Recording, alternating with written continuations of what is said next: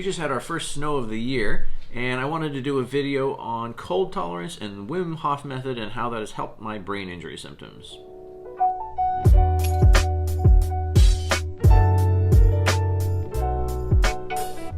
So the Wim Hof method is a program for building cardiovascular strength through cold exposure and breathing techniques. There's basically 4 parts to the Wim Hof method. First, you'll take 35 deep breaths. Then you'll hold your breath for 2 minutes, which is possible because you've oxygenated your cells from all those deep breaths.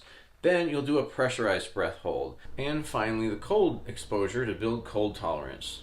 Now you could go outside and do this in cold weather, but it's usually more convenient to just take a cold shower. There shouldn't be any shivering involved. You don't want to get yourself overly cold. You're just trying to slowly build up cold tolerance like you would if you were exercising. Scans have showed that some of the injured areas of my brain aren't getting enough blood flow, and the pressurized breath hold part of the Wim Hof method I think helps drive some blood into those areas. I've actually seen it where when my light sensitivity is high and the room is overly bright, that during the pressurized breath hold, the brightness will actually come back down to a more normal level.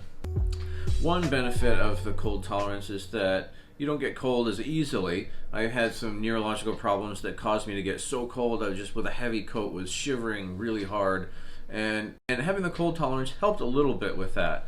I wouldn't get quite as cold, and I wouldn't be as cold as often like when I woke up in the morning. It's nice to be able to enjoy the cold weather. Like here when I went outside a few nights ago, it was snowing. It was about 19 degrees Fahrenheit with the wind chill, and it was great because the snow kept everyone off the roads, and it was really quiet enough that I was able to take my headphones off. Related to the idea of getting more blood to your brain via pressure is the hyperbaric oxygen therapy. Hyperbaric oxygen therapy is where you go into a pod with pressurized air and sometimes supplemental oxygen, and you just kind of stay there for a little while it tries to drive the blood deeper into your tissues.